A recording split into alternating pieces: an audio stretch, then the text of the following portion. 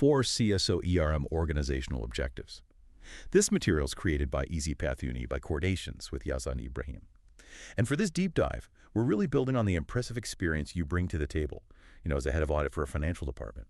You've honed critical skills in audit, risk management, and financial analysis, underpinned by a strong education background and, well, a whole suite of certifications: CISA, CFE, GRCP, GRCA, IPPA, FMVA, CBCA, and BINI. You're definitely no stranger to complexity. All right, so you've come to us seeking to demystify the CSO ERM framework, a guide that, well, many call the global benchmark for navigating today's business complexities. We've got excerpts from a comprehensive report called 4 CSO ERM Organizational Objectives, which really unpacks its evolution and its critical role. Our mission today: cut through any lingering jargon, pull out those truly essential, maybe even surprising insights, and help you grasp not just what ERM is, but why it's the strategic linchpin for organizational resilience and value creation, especially in a way that matters for an audit leader like you. Exactly. And what's fascinating here, I think, is that this isn't just about understanding, a framework. It's about seeing how a dynamic technology-integrated approach to risk management shifts. It goes from being maybe a reactive compliance exercise so ticking the box to a proactive strategic imperative. This deep dive should illuminate how that shift really impacts the strategic oversight and the value contribution of an audit function. Okay, let's unpack this then. The 2017 COSO ERM framework, Enterprise Risk Management Integrating with Strategy and Performance, that really marked a pivotal moment.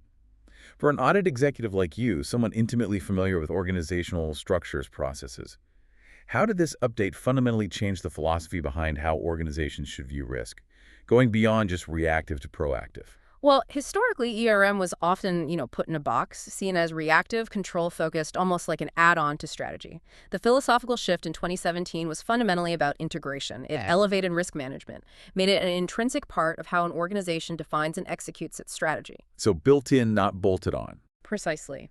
The core premise is that every entity exists to create value. And that pursuit, well, it inherently involves risk. The framework helps manage those risks within a defined appetite, not just to protect value, but to actively create, preserve, and realize new value for stakeholders. It explicitly connects performance targets with understanding the risk impact, meaning risk isn't something you think about later, it's woven into strategy and decision-making right from the start. That deep integration is key, I see. Now, while the synergy between the COSO ERM framework and the COSO internal control, or IC framework, is often discussed, many senior leaders, even in audit, sometimes still grapple with the practical integration points, especially, how audit scope gets defined. How does the report clarify the strategic boundary between COSO IC and COSO ERM? Where does one really pick up where the other leaves off? That's a really important question for someone in your role. You're absolutely right. They are complementary, they share foundational elements, but they serve distinct purposes. The IC framework, updated in 2013, known for its 17 principles, that's really the de facto standard for SOX 404 compliance, right? Financial reporting integrity. Exactly. It focuses specifically on internal controls for objectives like operations, reporting, compliance, ensuring reliability. The ERM framework, though, it's significantly broader, more strategic. It's a holistic tool for identifying, assessing, managing all business risks, strategic opportunities, operational threats, everything in the pursuit of organizational value. Okay, so ERM is the umbrella. You can think of it that way. ERM defines the big picture risks, the strategic objectives, the risk appetite. The IC framework provides the structured how, the specific controls, policies, principles to manage a subset of those risks, specifically those related to hitting operational reporting and compliance goals. Got it. So IC is a vital component within the broader ERM strategy. Exactly. Internal controls are a core part of ERM, but ERM provides that strategic lens for viewing all risks to protect and enhance value. Effective governance, and therefore effective auditing, means aligning and integrating both, understanding how IC supports the wider ERM picture. That distinction is incredibly helpful for defining audit scope, absolutely. Now, the heart of this deep dive, the 4 KOPS ERM objective categories: strategic, operations, reporting, and compliance. But the report goes further, saying these have evolved significantly and the lines are blurred. For a head of audit, used to maybe clearer delineations that could be, well, unsettling. What are the real-world implications of this blurring for how an audit function prioritizes and allocates resources beyond just theory? You've hit on a crucial point. That blurring isn't just academic. It has profound operational and strategic implications, especially for audit. It means new risks, new technologies, evolving governance practices. They've made a siloed view pretty much obsolete. So thinking in boxes just doesn't work anymore. Right. For an audit function, this means a risk you spot in one category, say, a geopolitical shift that's strategic, right?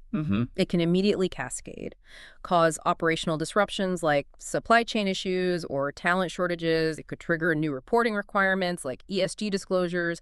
It might even lead to compliance breaches. The real-world implication: an audit program that looks at these in isolation is fundamentally incomplete. You risk missing the big picture. So you need an integrated approach to see the whole value chain. Yeah. And the potential systemic weaknesses. Precisely. To understand value creation and preservation, and more importantly, to spot those systemic vulnerabilities that a siloed audit plan might just miss, your resource allocation has to reflect these interdependencies now. Okay, let's start with strategic objectives then. The report flags some really disruptive long-term forces looking out to 2035. For a financial department, what's maybe the most insidious long-term strategic risk identified?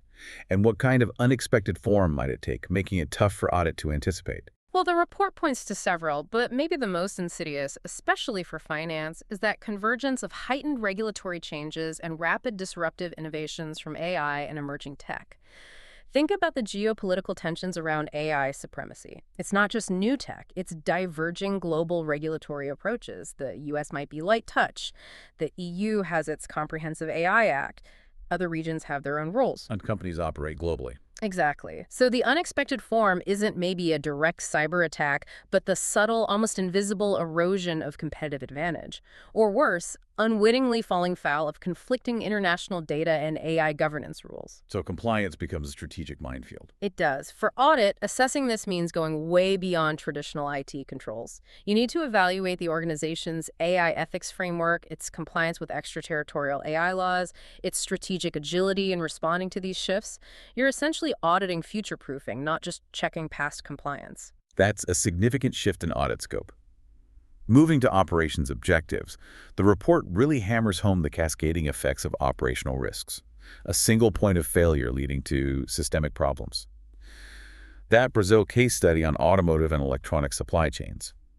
What's the critical lesson there that often gets missed, especially regarding the auditor's role in proactive operational resilience? Absolutely. The critical lesson from Brazil wasn't just about the specific disruptions, but the systemic vulnerabilities they revealed. A profound lack of communication, visibility, and clearly defined responsibilities across the chain. Businesses were just overly exposed. Because they didn't have that integrated view. Right. And what often gets missed, even by experienced audit teams, is that the solution isn't just piling on more controls. It's demanding continuous monitoring tools that give you real-time data vendor shutdown alerts, shipping delays, things like that.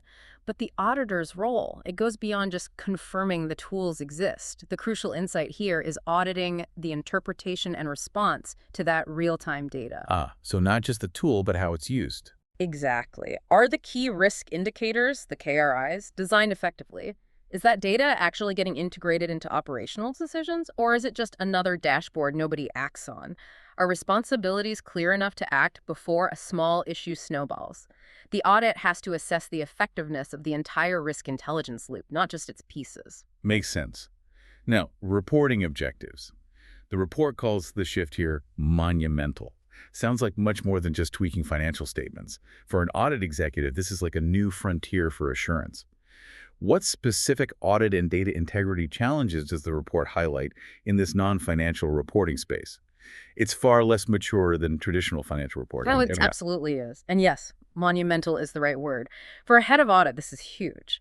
Reporting now mandatorily extends to non-financial info, particularly ESG environmental, social governance data, new regs in the EU, like the CSRD, plus evolving rules in the US, like the SEC's climate disclosures, and the UK.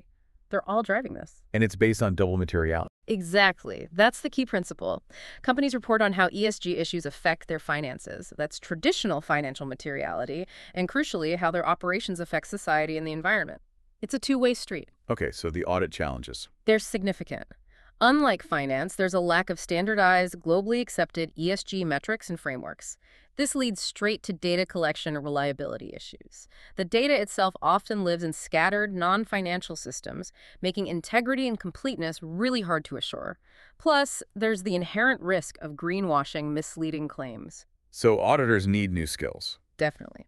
Audit needs new methodologies for validating Scope 1, 2, and 3 emissions data, human capital metrics, supply chain social impacts. It demands a deep dive into data lineage, controls over non-financial info, and the expertise to provide assurance, whether limited or reasonable, over these complex, evolving disclosures. It's a whole new ballgame. Finally, compliance objectives. Regulators are definitely trying to keep up with business speed. That PCAOB, New Quality Control Standard, QC 1000, effective December 2025, seems like a direct external push for ERM principles. What's the most significant operational hurdle firms face shifting from static, rule-based compliance to this dynamic, continuous improvement model? And how does a strong ERM framework actually help with that? That's a great observation. Regulators are modernizing, pushing firms towards risk-based thinking. QC 1000 is a prime example. It replaces old rules with a framework demanding firms proactively identify quality risks, design systems to counter them, even publicly report metrics like partner involvement. The biggest hurdle, honestly, it's often cultural resistance and the mindset shift. Moving away from a checklist mentality, do we do the minimum, towards are we continuously improving quality in a proactive, risk-aware way? That takes investment in tech, training, and a willingness to be transparent about weaknesses. And how does ERM help alleviate that burden? A robust ERM framework gives you the structure and language to integrate these external pressures into your existing internal processes. It helps firms stop seeing compliance as just a cost center. Instead, you embed it within your overall risk appetite and value creation strategy. ERM provides the tools to proactively identify and assess these quality risks, design effective controls, monitor them, essentially turning a regulatory mandate into fuel for internal risk maturity. Okay, so these objective categories are clearly interconnected. The report also talks about moving from silos to a holistic portfolio view. It draws parallels to modern portfolio theory, MPT, in finance. But for an audit executive, aggregating all risks isn't just about diversification like in finance. It's about spotting those systemic vulnerabilities. What specific challenge does the report highlight in actually achieving that true portfolio view? Is it data, methodology, something else? That's a critical distinction. MPT looks at assets in a portfolio context. ERM's portfolio view for a risk leader means aggregating all risks to see those systemic weaknesses. The biggest challenge the report points to isn't just data or methodology alone, but rather the organizational inertia and the lack of a common risk language across different business units. So people talking different languages about risk. Exactly. Different departments often use varying terms, different assessment scales, different report formats. It makes true aggregation incredibly difficult.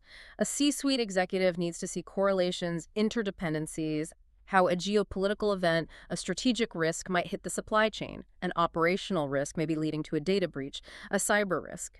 Without a unified risk taxonomy and consistent assessment methods, those cascades stay hidden.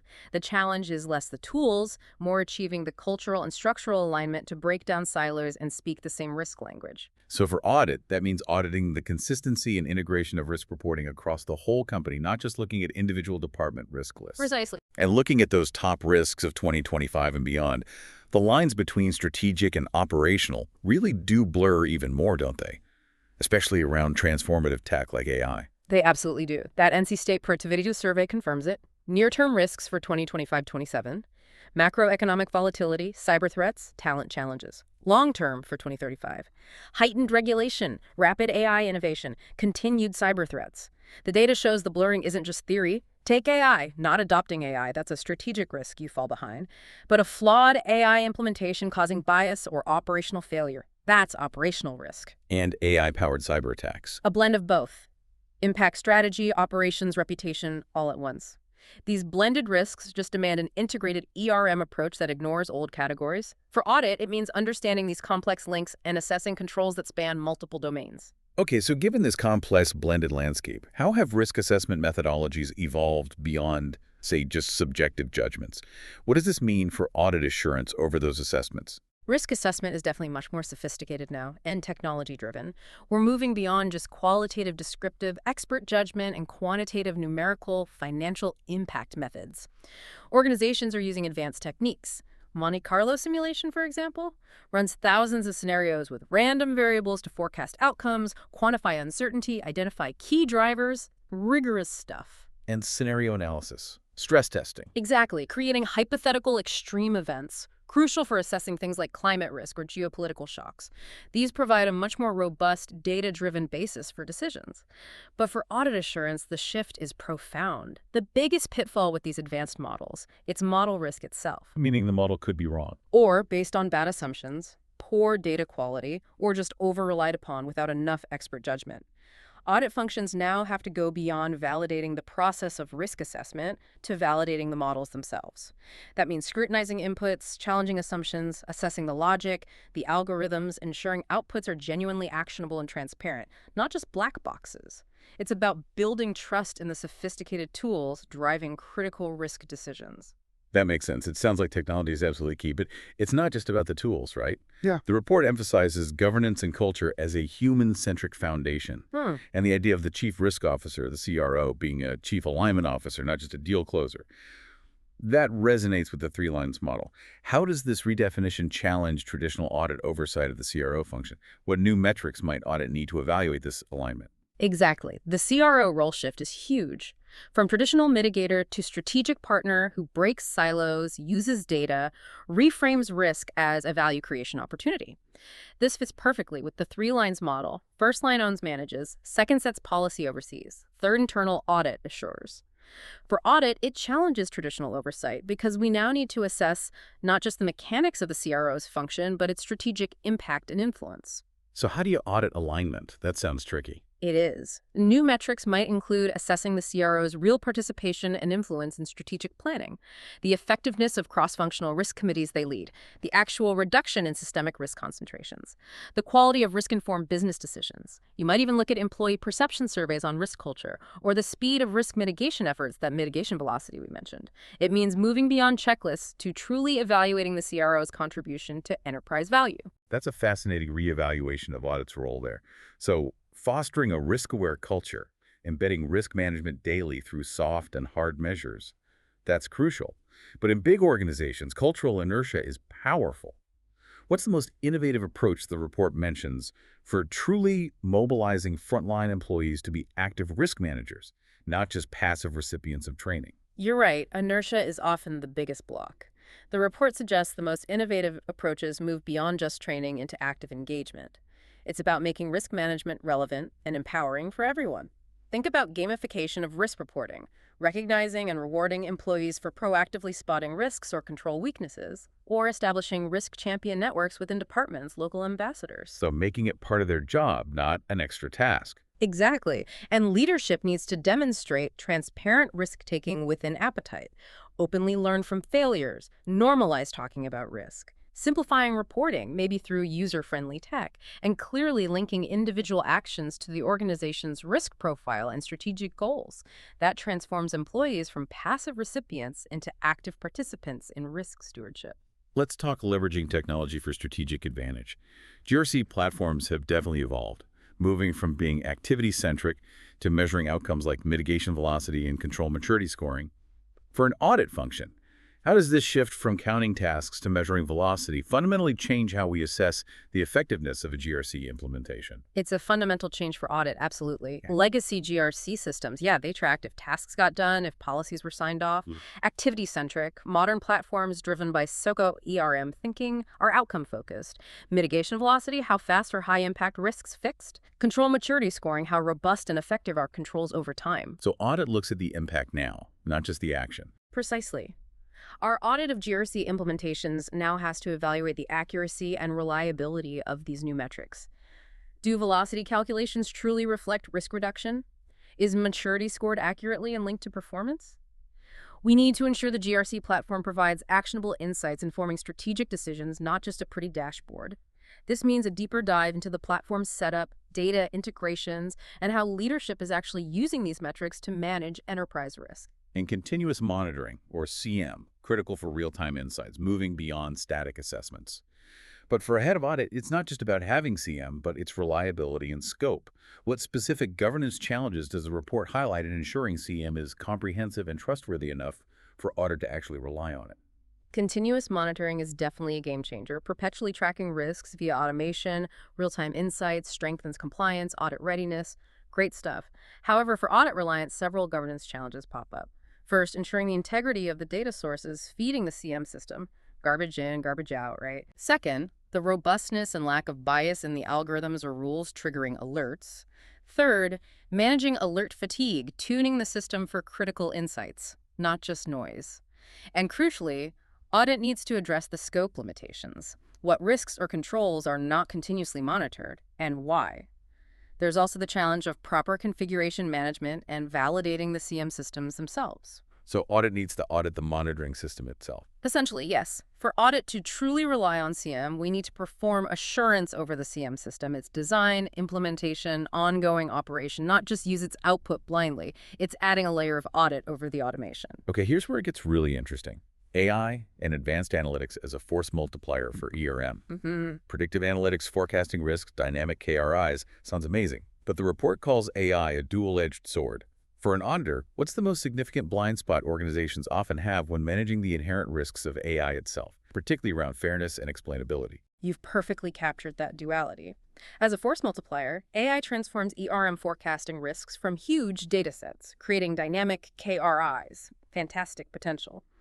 But the blind spot, especially on fairness and explainability, is profound. Organizations often assume AI models are objective just because they're data-driven. That's dangerous. The significant blind spot is failing to implement a robust AI model risk management framework, one that goes beyond just technical performance to explicitly address ethics, bias detection, algorithmic transparency. Why is that so critical for audit? Without that framework, organizations can miss vulnerabilities to data manipulation or poisoning, leading to bias outcomes, discrimination, misallocated resources, and lack of explainability, not knowing why an AI decided something isn't just technical. It fundamentally hinders auditability, accountability, and the ability to fix things. Audit needs to ensure controls are around AI model governance, validation, and ongoing monitoring for bias and weird outcomes. And all this tech and analysis culminates in better information, communication, and reporting. Moving from static reports to dynamic, real-time dashboards for everyone sounds ideal. But the report hints at a potential pitfall: information overload leading to decision paralysis. For a head of audit, what's the key design principle the report suggests for dashboards so they actually drive actionable insights, not just overwhelm people? You've nailed a very real risk. Modern GRC platforms can automate reporting, offer real-time KRIs, heat maps, drill downs, but just throwing more data at people can paralyze them. The key design principle the report suggests is prioritizing relevance and context over sheer volume. Dashboards have to be tailored to the specific role and decision-making needs of the user. So different views for different people. Exactly. A board member needs a high-level view of enterprise risk against appetite, with drill-down options maybe. An operational manager needs real-time KRIs for their area, showing trends, potential actions. The dashboard should highlight anomalies, deviations from appetite, and clearly indicate where intervention is needed, not just dump data. Effective dashboards are interactive, intuitive, designed to answer specific questions, empowering data-driven decisions without drowning people. That continuous flow of targeted information makes modern ERM a living system. So we've journeyed through this dynamic world of the COSO ERM framework, from its foundational shift to its modern application in a landscape full of AI threats, geopolitical shifts, new regulations, interconnected risks. What does this all mean for someone like you, the listener, looking to build a truly resilient, future-proof ERM program, specifically from that audit leader vantage point? Well, connecting it all, the report offers 4 critical recommendations that really speak to an audit leader's role. First, embrace technology as a strategic partner. See GRC platforms, CM, AI, not just as costs, but as essential infrastructure, providing verifiable data for assurance. Second, cultivate that risk-aware culture. Instill accountability, promote transparent communication at all levels, make risk management part of the DNA, something audit can then assess for real effectiveness. Okay, 2 more. Third, redefine governance for this modern era. The CRO as Chief Alignment Officer, the 3 lines model fostering deep, verifiable collaboration between risk owners, oversight, and assurance. And finally, go beyond just compliance. Leverage ERM to explicitly link risk management to value creation, identifying and capitalizing on opportunities, not just protecting against threats. Audit can help verify that linkage. That's a powerful and very actionable summary. Yeah. This deep dive has really shown that ERM isn't just about avoiding bad things, it's strategic positioning for growth and resilience. And audit's role is much more proactive, much more integrated than maybe it used to be. Indeed. Which raises an important question for you, the listener, to think about. If the most effective ERM framework is truly a living, breathing system that continuously adapts and anticipates, what is one area within your own organization where adopting this dynamic mindset could unlock unexpected value or maybe reveal a hidden opportunity? And thinking like an auditor, how would your team measure that impact to demonstrate tangible value? Something to ponder as you continue your own deep dive. We hope this exploration of the COSO ERM framework has given you a shortcut to being well-informed, maybe sparked a few aha moments that will directly benefit your leadership and audit. Until next time, keep exploring, keep questioning, and keep making those informed decisions.